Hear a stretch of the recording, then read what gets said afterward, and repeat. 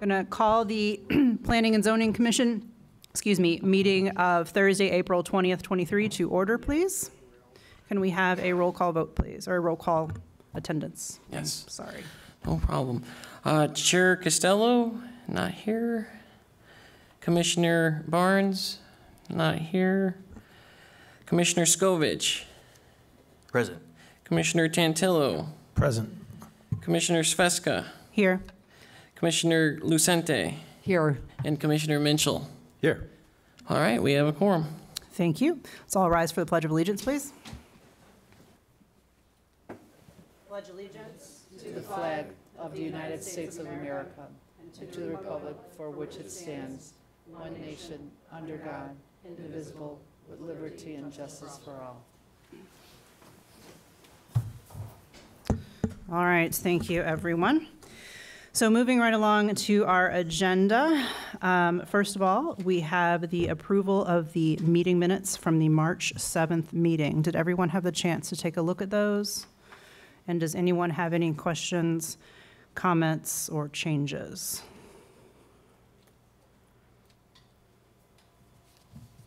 All right, hearing none, we will go ahead and do a vote to approve those. Do I have a motion? I'll motion. Thank you. Have a second? Second. Thank you. All in favor? Aye. Opposed or abstentions? All right, thank you. Those are approved as presented. All right, excuse me. Next item on the agenda is the PUD application for 6921 Joliet. This is a continuation of the Dunkin' Donuts development discussion. And I believe we have the petitioners here. Andy, do you need to share anything with us before they speak? Yeah, I'll do a brief intro. First, I'd like to welcome Richard Minchall to the commission. Welcome, Richard. It's good to have you. So a little background, this development project has been here now a couple months.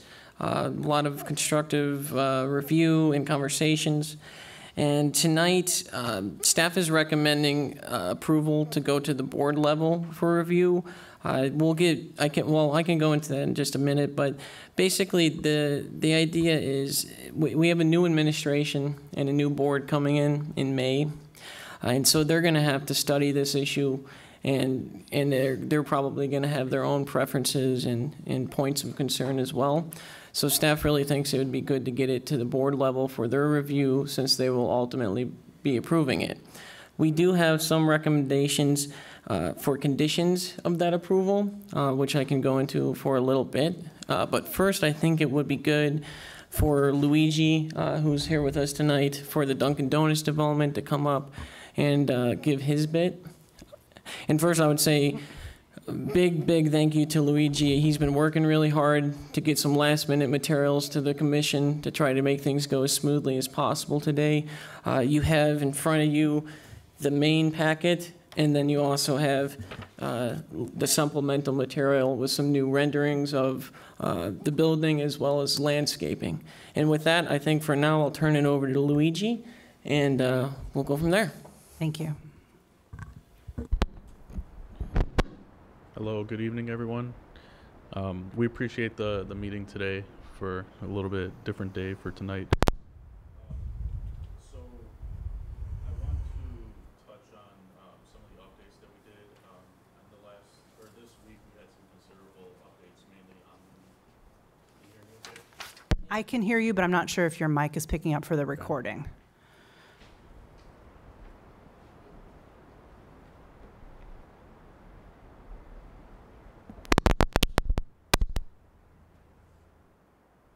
No. The green light went out. You know what, Luigi, would you mind coming to the table? You can use my microphone, and we'll just trade off here. Our audiovisual tech could not make it tonight, so you're dealing with me on this. So. No worries. But come, yeah, you want to sit here? I'll give you the mic, and we'll go through it. All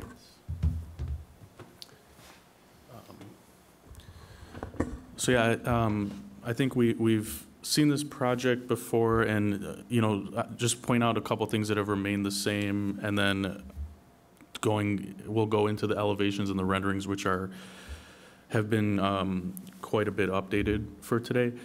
So what's remained, we had a lot of great discussions at the last meetings on the site plan specifically. So the site plan stays, which would be if we, slide 10. Lisa's gonna try to bring it up. If you want to, you can keep going now. So yeah, we had some great discussions, last couple meetings with the third-party traffic engineer, also our other engineers who couldn't make it today.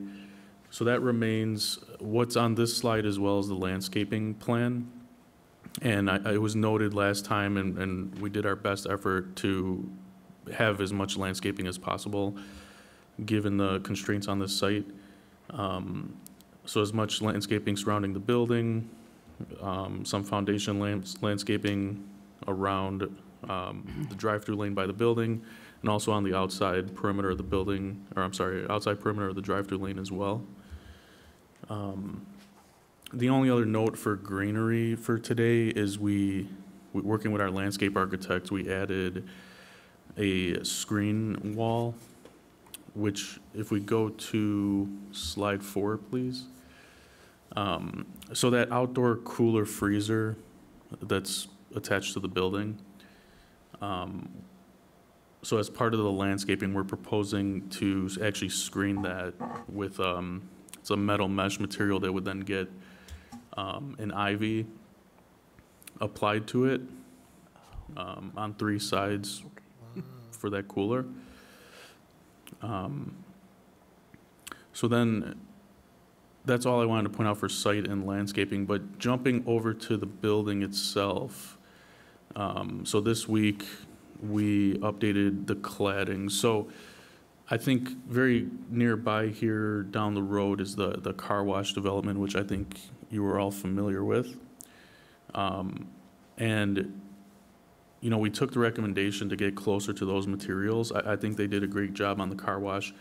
You know, even though that's a different scale of building, I think those materials can still apply here, and that's what we tried to do for today. And actually, if we go to the next slide, I think a little bit closer images. So we wanted to stay true to the branding. Really, the branding here is the signage, and then there's the orange band. So that's similar to before, some canopies, canopy over the drive-through, canopy over the walk-up window.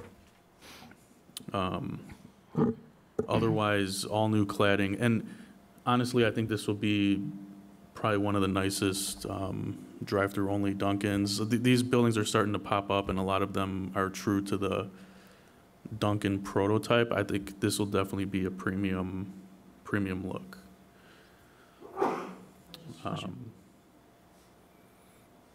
So I guess that's my introduction. Happy to answer any questions. So, Luigi, the color scheme of the car wash and those materials, even though the rendering may not be an exact match from a color standpoint, are there assurances that you're using like the same brick, the same color scheme as the car wash? So that's the intent. You know, I think different output of images, because like the stone on the car wash rendering looks a little bit different. But, you know, I think what would happen in this process is we would actually figure out exactly what that specification is. And from the looks of their rendering, I think we're happy to match that because it looks good. So I think ours came out maybe a little bit lighter. Yeah, as printers go nowadays, and but matching the exact materials and maybe source them from the same vendor could be an opportunity for you, and economies of scale and things to that effect. Our outsider looking in point of view is sometimes when you take the color scheme of, let's say, the car wash and you apply it to your building and the brand, it may not look good. So we're very apprehensive from that standpoint, but if you're able to keep the color scheme branding and the car wash specifications and material specs, and it looks okay, then that's something that you'll probably have questions about as it gets to the board level.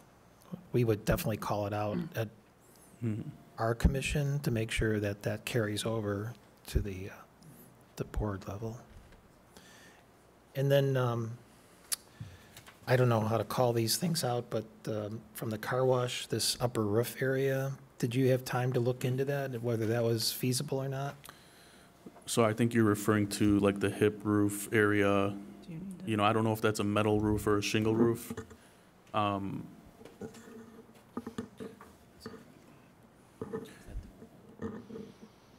I mean, that could be possible. I wonder if it wouldn't look right on this small of a building. You know, I don't think, I'm not sure we would do these clear story windows to raise it.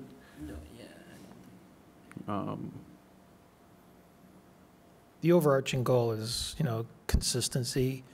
We've talked about this is a village generational opportunity, given the fact that both properties are coming in at the same time, with the hypothesis that we like the car wash design, and why not make it as close as we can to your building.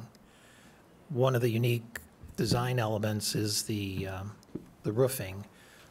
So maybe when you get a chance, you could speak to it. And I'll say one thing too is from the perspective of staff, and I would say probably most of the village board and commission, I don't want to speak for anyone.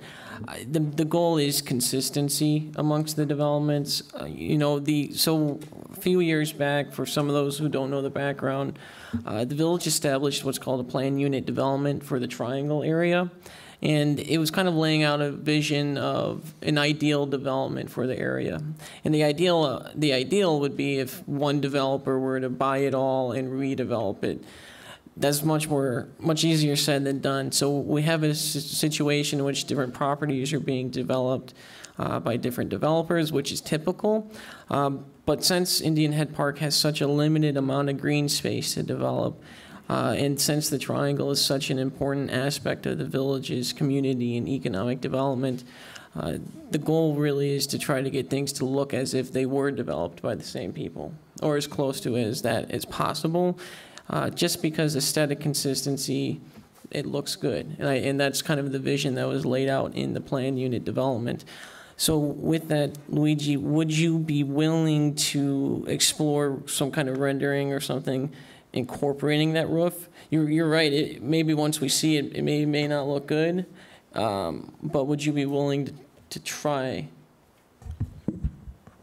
Yeah, I think so. I mean, we're open to it. I think, you know, my client would probably just mention more on added cost, but you know, it's kind of like some additional framing and materials that might not be necessary. I don't know if this is functional on the car wash or not, or if that's purely aesthetics. I don't know. we could probably get some answers, because that gentleman's in the audience here, but when he, Yeah, that I'd time. be, we don't want to, I guess our request doesn't want, we don't want to have you incur extraordinary costs just to make an aesthetic match to the car wash, but I think what we're petitioning for is a discussion with the car wash developer and maybe get some material costs and whether it's functional, and maybe there's a look and feel that closely matches, but not to the extent that that rendering portrays at this point. But we don't want to lose sight of our overarching goal is to make sure that both properties have a definite intent in their design, so it sets the benchmark for any other future development in that triangle, matching our triangle study. Yep. Yeah, I mean, we're happy to explore it, definitely. Yeah. And that caveat will carry with you to the board, because they'll be asking for the same thing, so. Right, right. But you also want to walk out of here tonight with a nod, right? Yes, yes, that's the goal. So, oh, sorry, go ahead. I was going to say, I have a couple of landscaping questions, if you don't mind. One, the screening that you have around that exterior cooling unit or freezer, whatever this is, You mentioned that that would be planted with ivy to cover it. Do you know approximately how long that growth will take until the whole area is screened with greenery, so to speak? I believe it would be, the first few months. Okay. When it's So planted. it's a quick growing It is, yeah. coverage. Yeah, Okay. vines are pretty quick growing. Cool, thank you.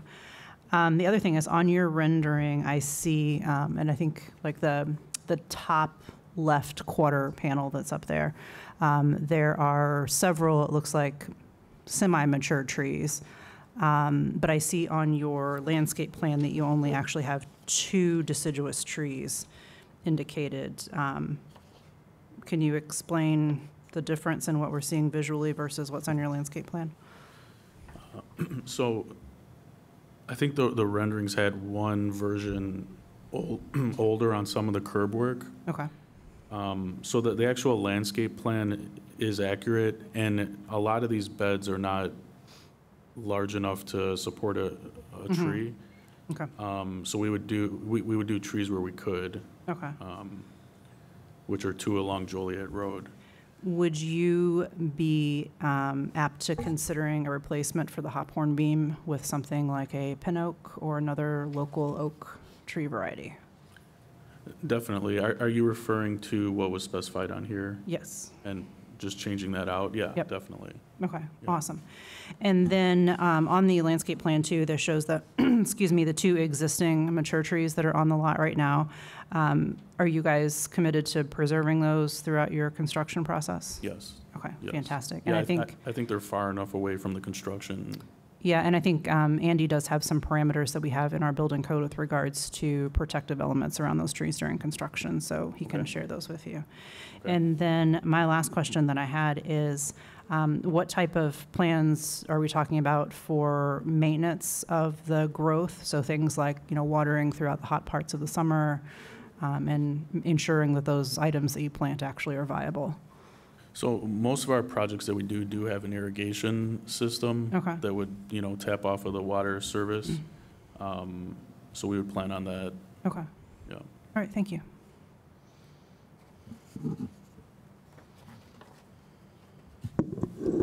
I'll take it from here if anyone else, oh, you have a question? No, I was just Oh, going to check and okay. see if anybody did have any questions. I was going to say, yeah. I think it's not clear, or perhaps I'm not seeing it, but just want to make sure that whatever cladding or whatever stone treatment you have on the white element of the building, I think it would be ideal if that carried through to the dumpster enclosure.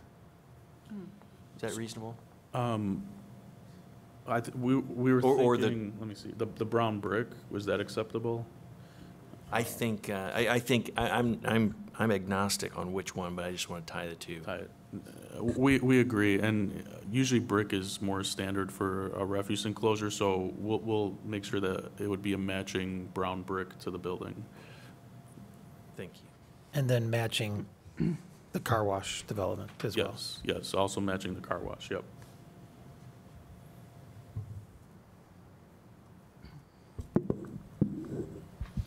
So, like I mentioned earlier, staff is recommending approval with conditions in order to get it to the board for their study and consideration.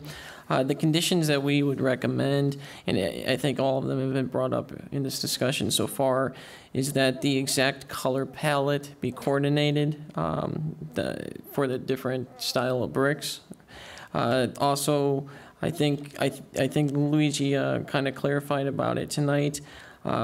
We wanted to make sure or see about those trees on Wolf Road, if those could be maintained, as well as just information on how the landscaping would be maintained after its construction.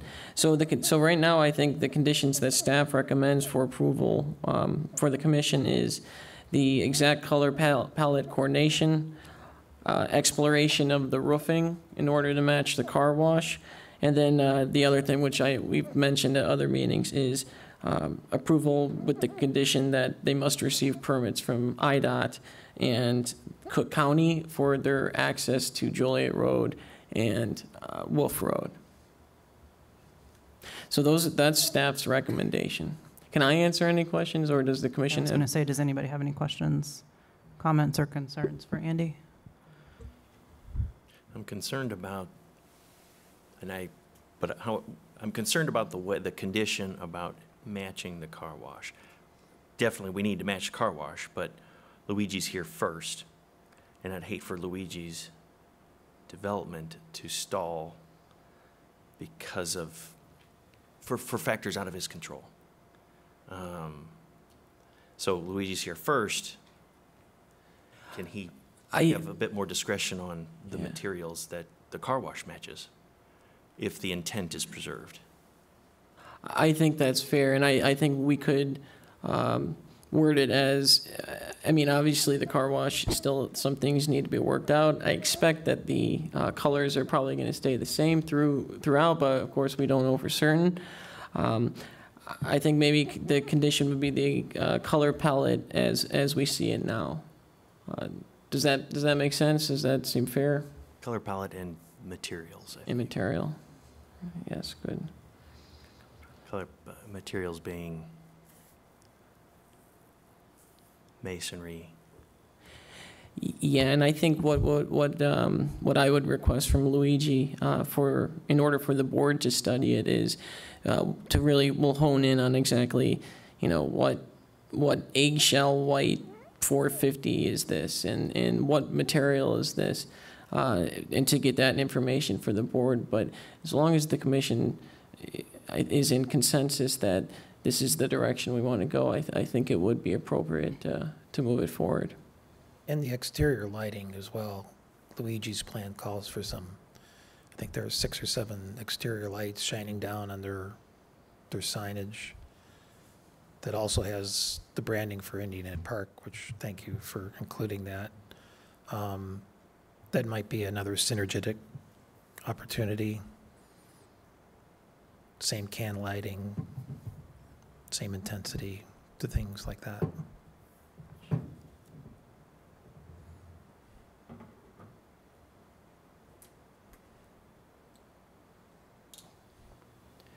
Anybody else have any concerns, comments? Okay, hearing none, do I have a motion to approve the Dunkin' Donuts development with conditions that Andy has already listed? Motion to approve. Thank you. Do I have a second? Second. Thank you so much. All right, do we want to do roll call? Yeah, Okay. for this Andy, I'll do do a roll call vote, please. yeah. Can you review the conditions one last time? Absolutely. So the first condition being that the color palette and material be coordinated in order to match. The second condition being that the roofing should be explored and presented to the board.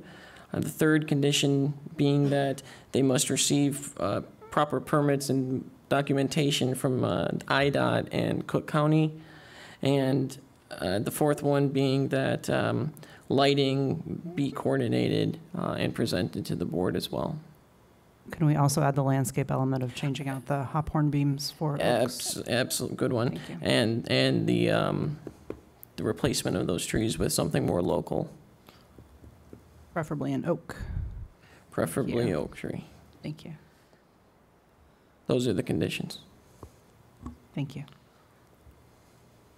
Okay, let's go ahead with the roll call vote, please. Okay, let's go for, all right, Commissioner Scovich, Approve.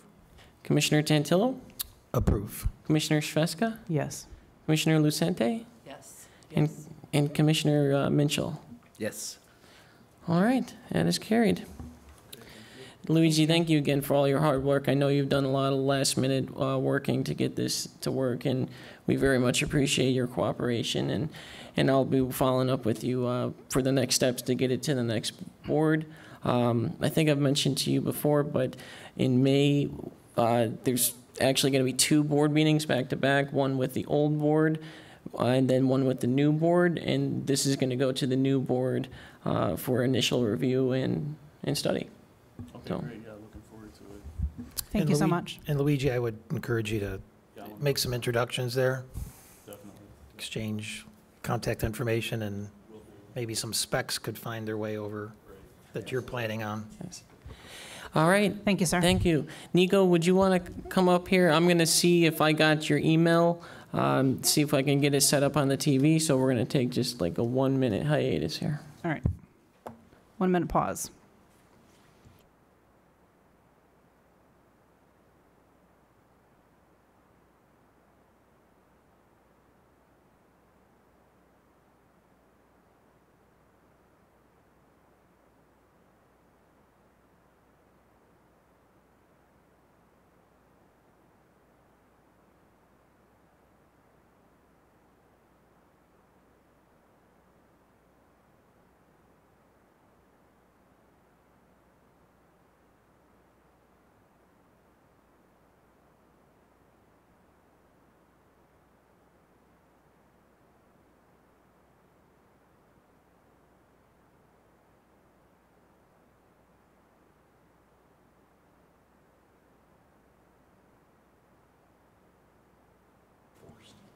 All right, are we all good?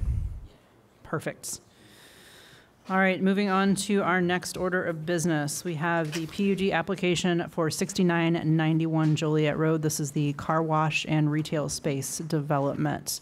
Andy, do you want to introduce anything before we have the petitioner speak? Yeah, I'll really quick. Thank you. So with us tonight again is Nico Harville, representing the car wash development, and I'm pretty much going to hand it over to him to go through the presentation. Just let Lisa know when you want to move down a page, and she'll scroll down. And one other thing I'll say really quick is, so obviously this project is not as far as the Dunkin' Donuts project. The big thing still that needs to be studied is a traffic study. I know you're working on that, and once you get that over to me, we'll send that to our engineers for review, and then we'll bring it to the commission for discussion. But with that, I will hand it over to you, sir. Thank you.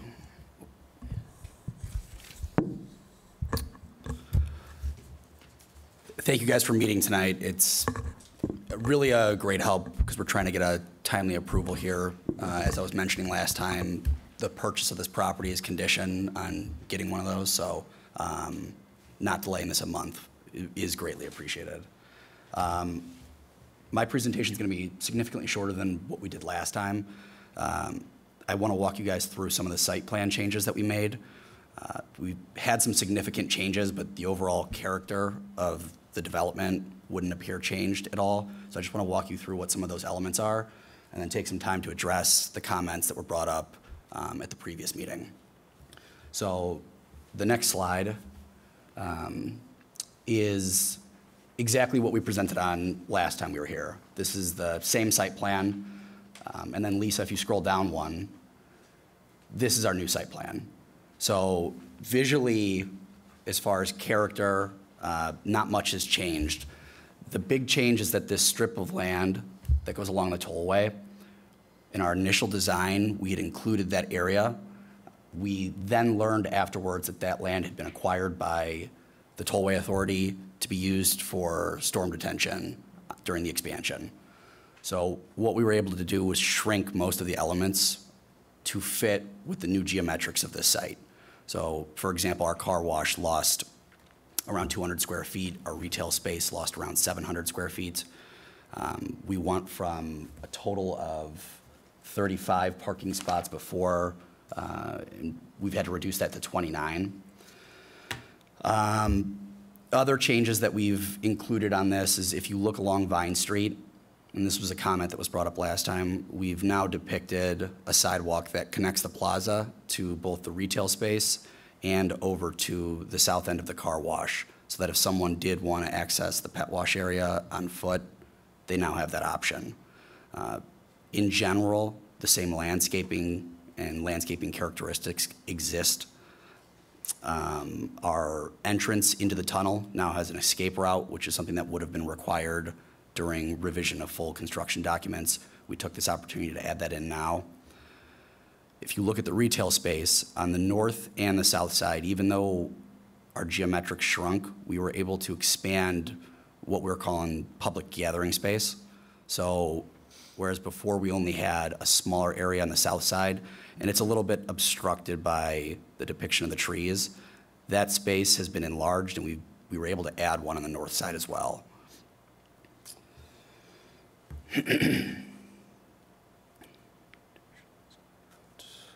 Another thing that changed is previously both trash enclosures were side by side in between the entrance to the car wash from Vine Street and the exit for the drive-through.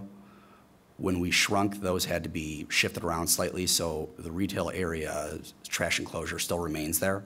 And it's the same character, it's still a masonry enclosure. The car washes, however, has been moved to the very south of the property. And again, that will be in the same enclosure as well.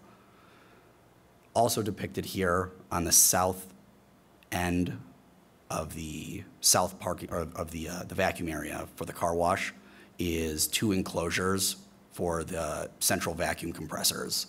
Now, this was another comment that was brought up last time about how loud the equipment operating this car wash would be and if there would be any disturbance to the residential area across Joliet Road. I have some information from the manufacturer of the equipment.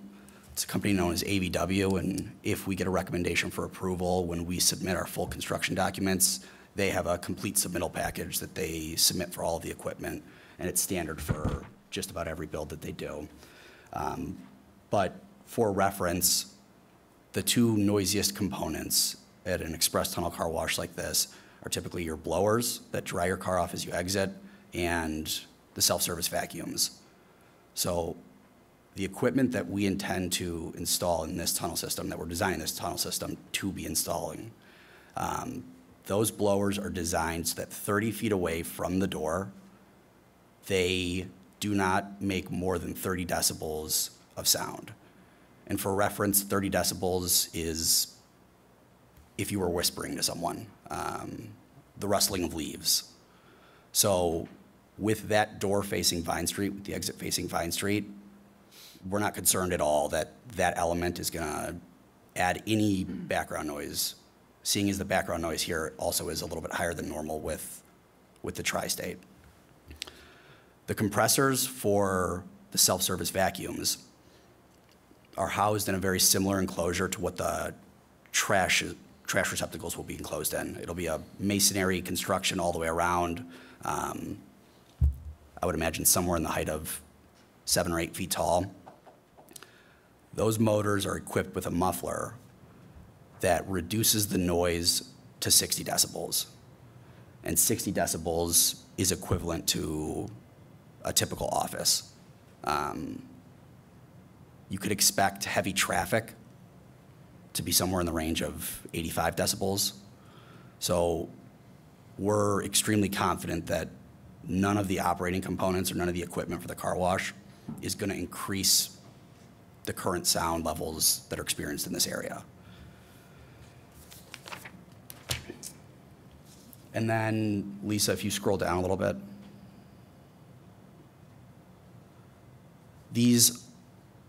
We provided drawings the first time that we were here of the elevations. These are just in further detail depicting the type of stone and the characteristics that we're intending on using.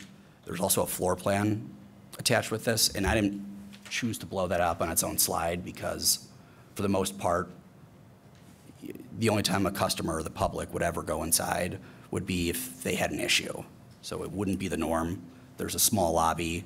Other than that, the rest of it is equipment in the tunnel. If you slide down one more as well.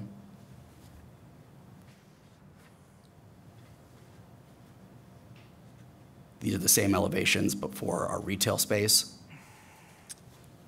And again, with the floor plan, I didn't blow this one up either because as we would be building it, would be a vanilla box, and it would be subject to whatever tenant was going in there and how they wanted to configure it and how they wanted to lay it out.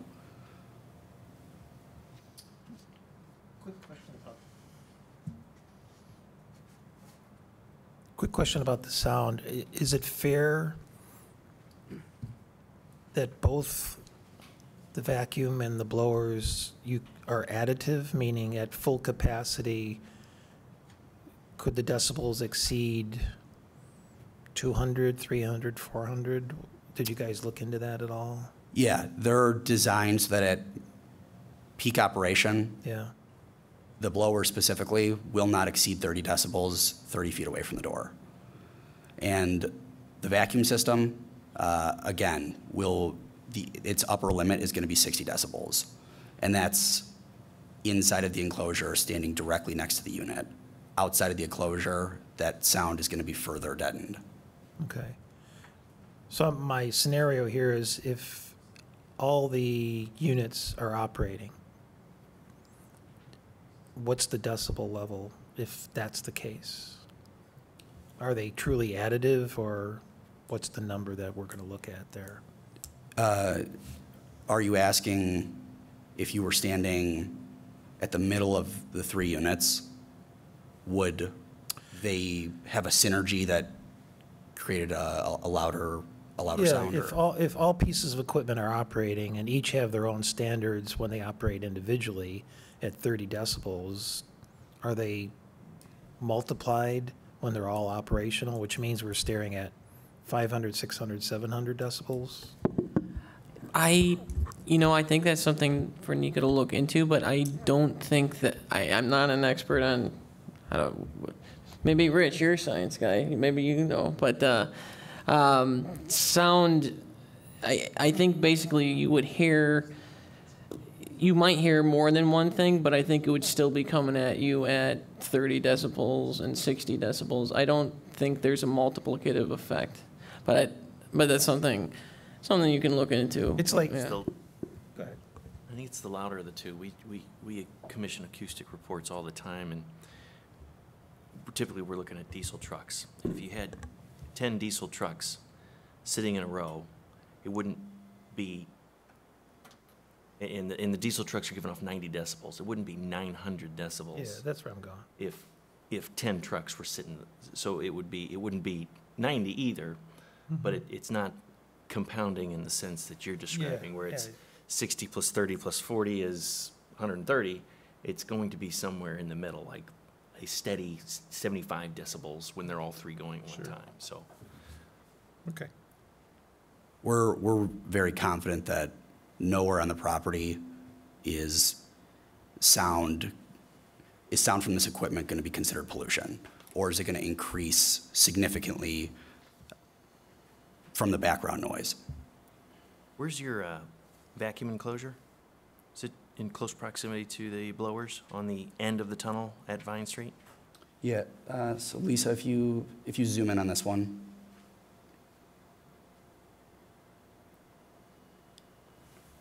So if you look, yeah, right there. So there's 2 rectangles on opposing sides of the drive. Yep. Those are the 2 enclosures for the vacuum system.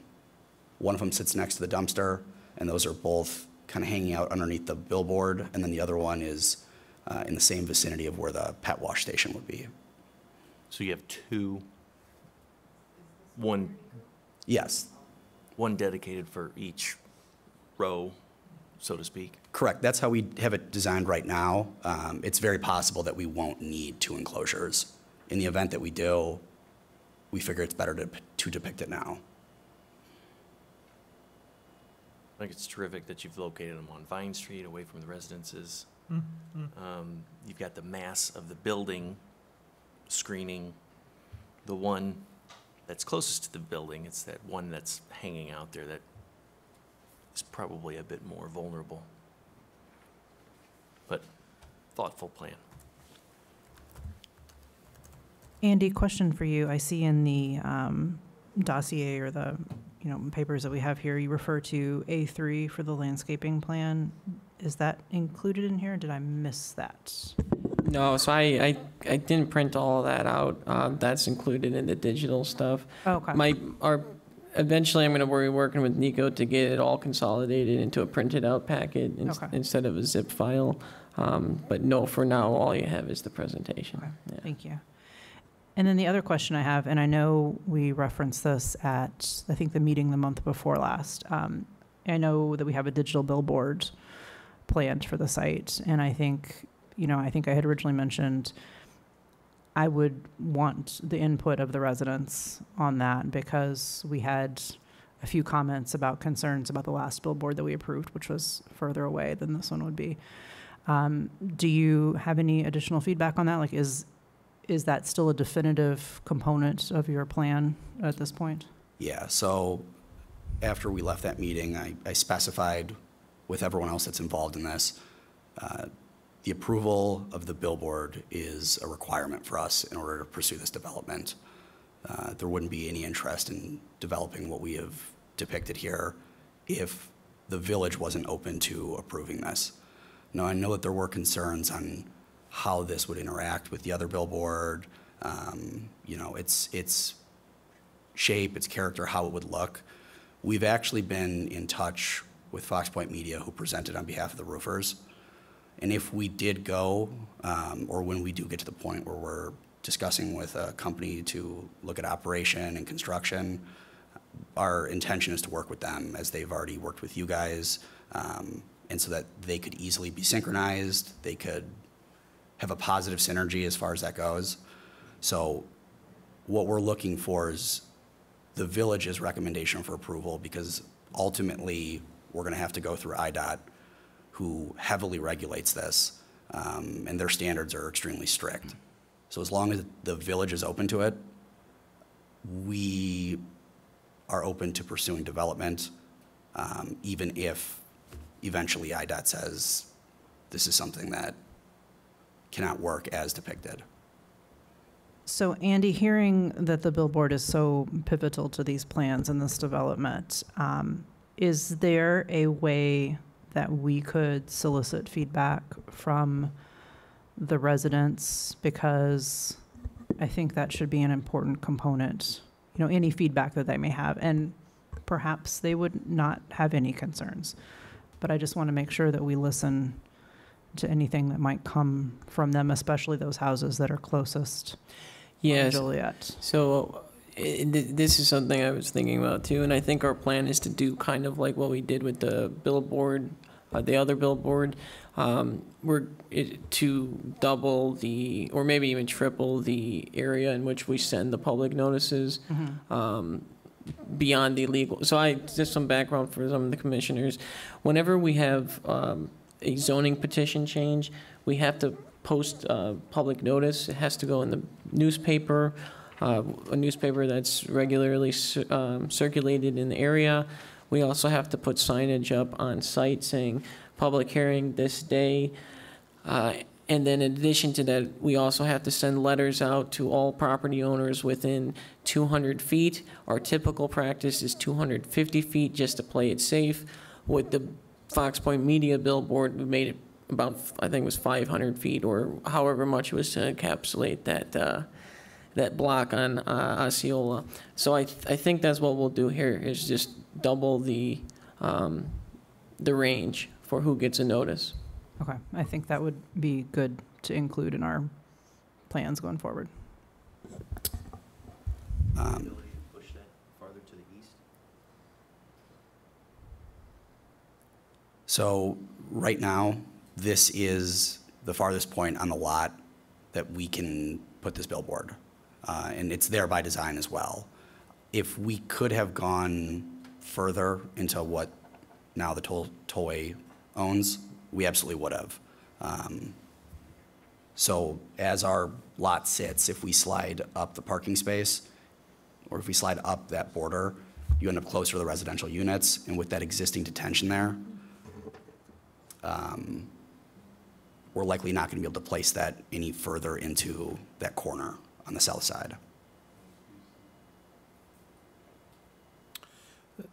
Let me replay back what you said in terms of dependencies and interdependencies. So the building itself goes through its process. I understand there is a dependency on the traffic study being completed in order to get further in this process.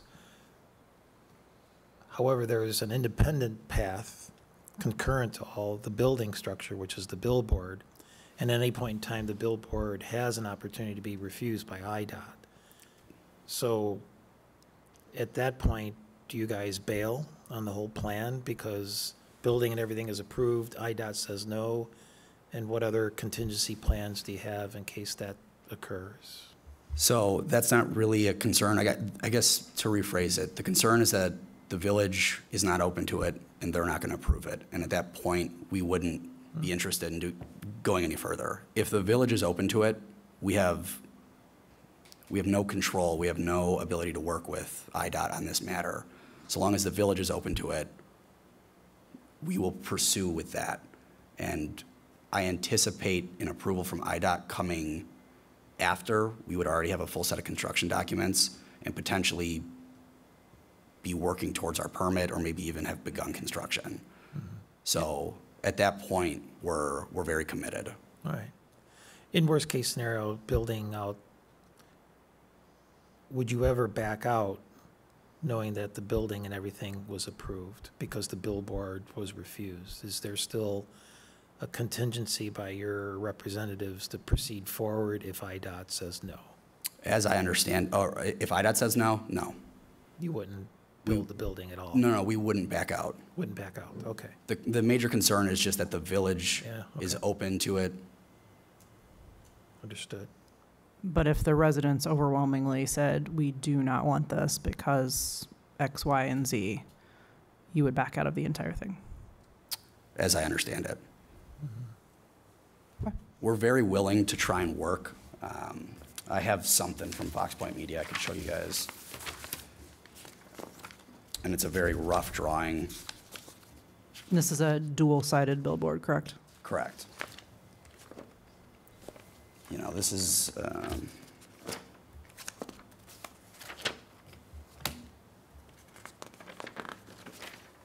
it's a very rough drawing, but, and it obviously wouldn't have our branding on there. But, you know, one of the things that they were talking about is they have different options to clad the billboard and make it look more like a monument sign than a traditional monopole. And ultimately, we're very open to working with the design as well, too. I don't necessarily want that to speak for what we're envisioning, but it maybe opens up the discussion to there are options.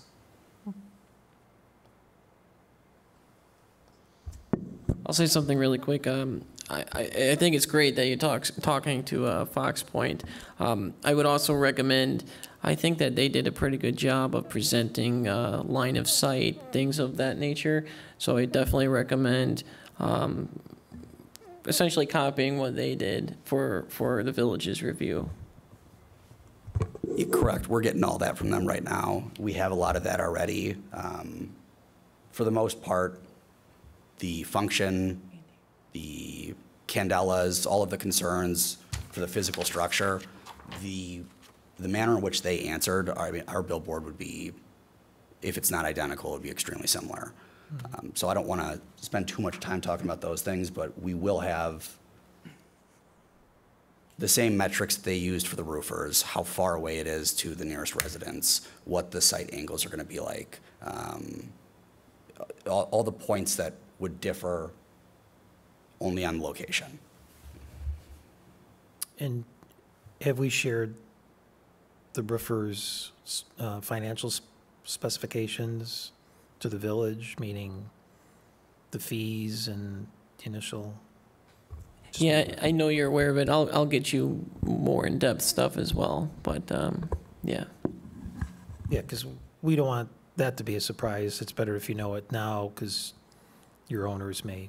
No, absolutely. Yeah, we're for the most part, I think I'm pretty up to speed on it, but I'll have a conversation with Andy and make sure I know all the details. Okay.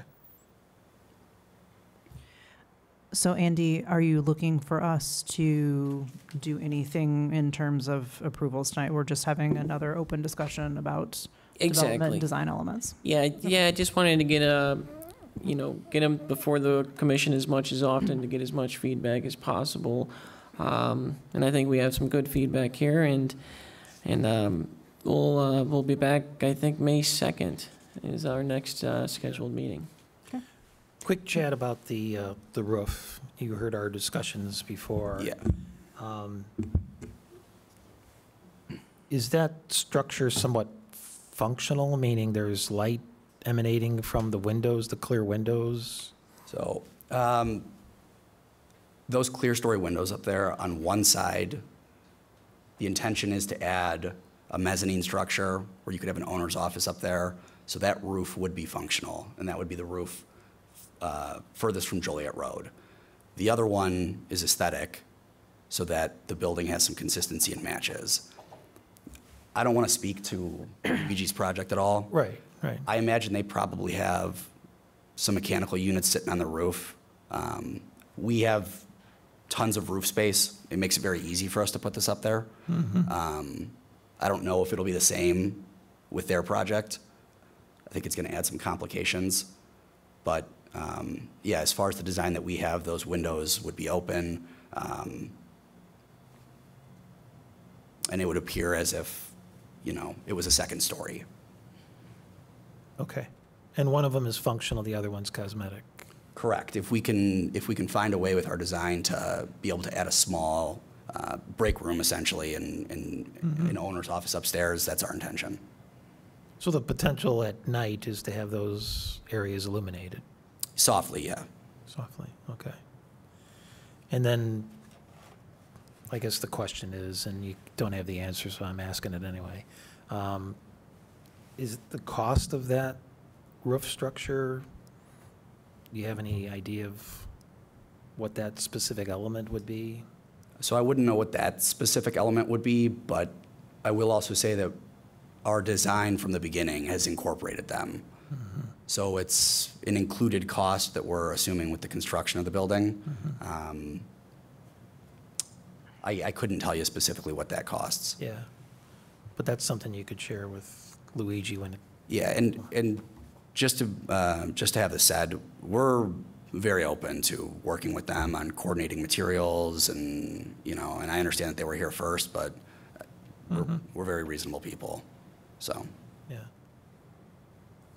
And I would imagine the cost is different if it's functional versus cosmetic, which Luigi's structure would be strictly cosmetic.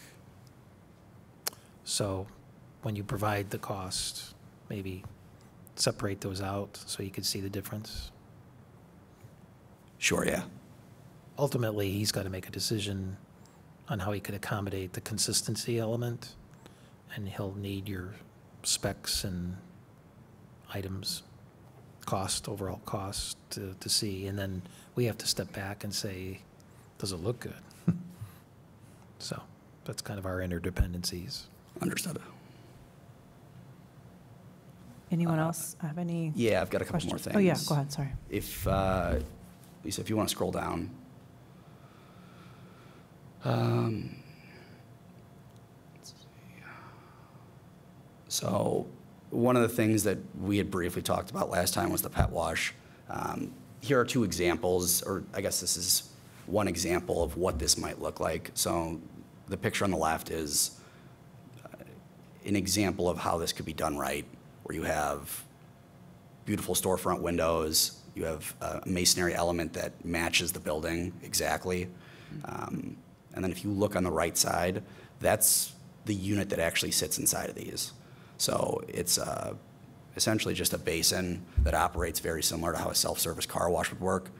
Put some money in, and it would buy you time. You'd have access to a number of different shampoo, wash products. A lot of these units actually come with treats as well that you can purchase right after. It'll turn on the wash, and it also activates a blower in there so you can dry your pet off afterwards. Those basins are essentially going to be able to handle your largest breeds, with the exception of maybe a Great Dane. But in that case, the entire building is designed as a wet room, and there's a drain on the floor, so it's no issue to just wash your animal on the floor. Quick comment on that. I think it's beautiful. I think that's really, really nice.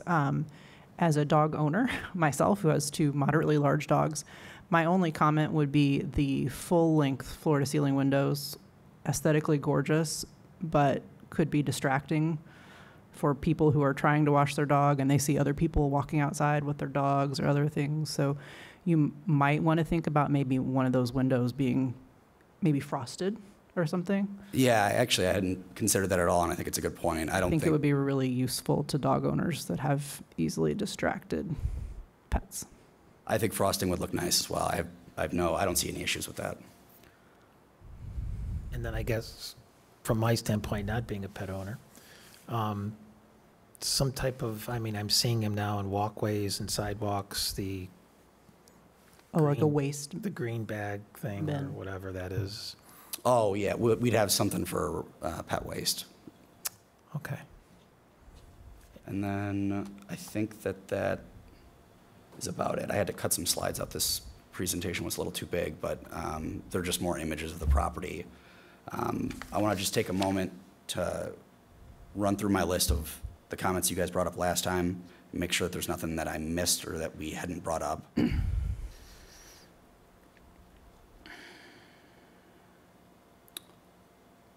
So I feel like we've adequately discussed the billboard. There were comments about enlarging public gathering spaces. With our design changes, we've done the most that we can. Examples of the dog wash. There were some additional questions on some of the equipment there and KPIs. So on average, you can expect from the time you go through the payment window to the time that you're exiting the window is going to be on average 3 minutes. And those vehicles can stack in there as well. So one doesn't have to wait for the first car to go all the way through. So there should be a very reasonable flow of vehicles through there. There's some stuff from the traffic study, which we're still working on.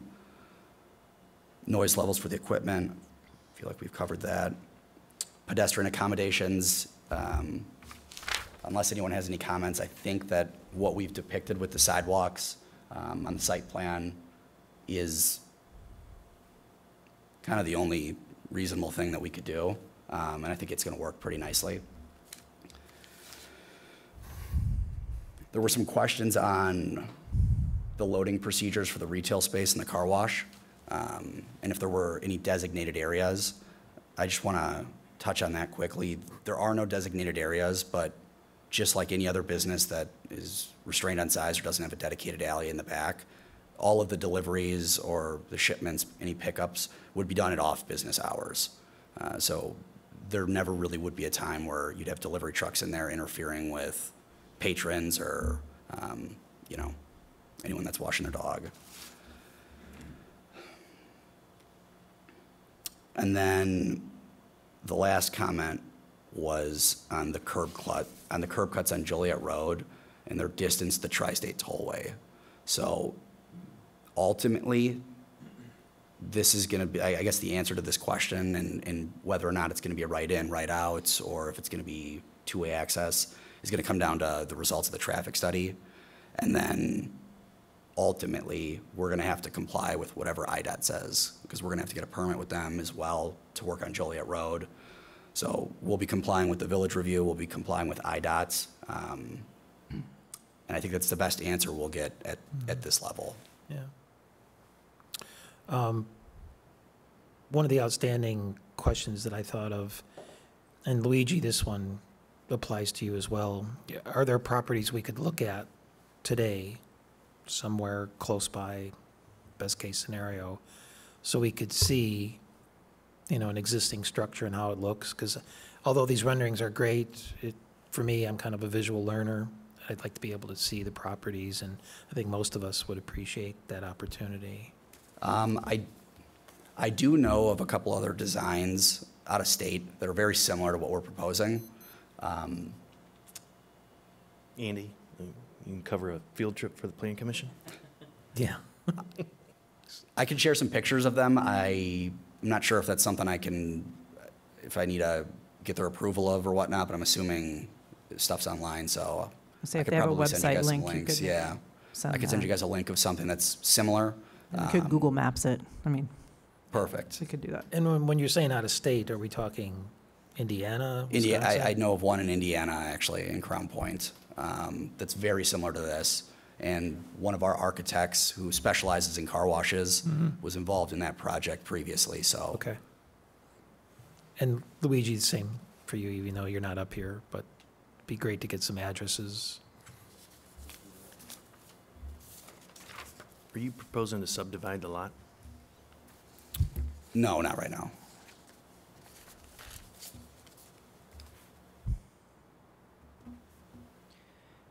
Any further questions or comments for the petitioner? All right, hearing none, thank you very much. We really appreciate your time. Thank you, guys. Thanks. Thanks, Nico. All right, next on the agenda is public comments. Do we have anyone from the public that wishes to offer a comment? Okay, did we have any comments submitted online or through any of our portals? No, none. All right, thank you very much. We have no additional new business, so we are at adjournment. Do I have a motion to adjourn? I move to adjourn. Thank you. Do I have a second? I will second that motion. All in favor? Aye. Aye. Thank you. Meeting is now closed or adjourned. Thank you very much.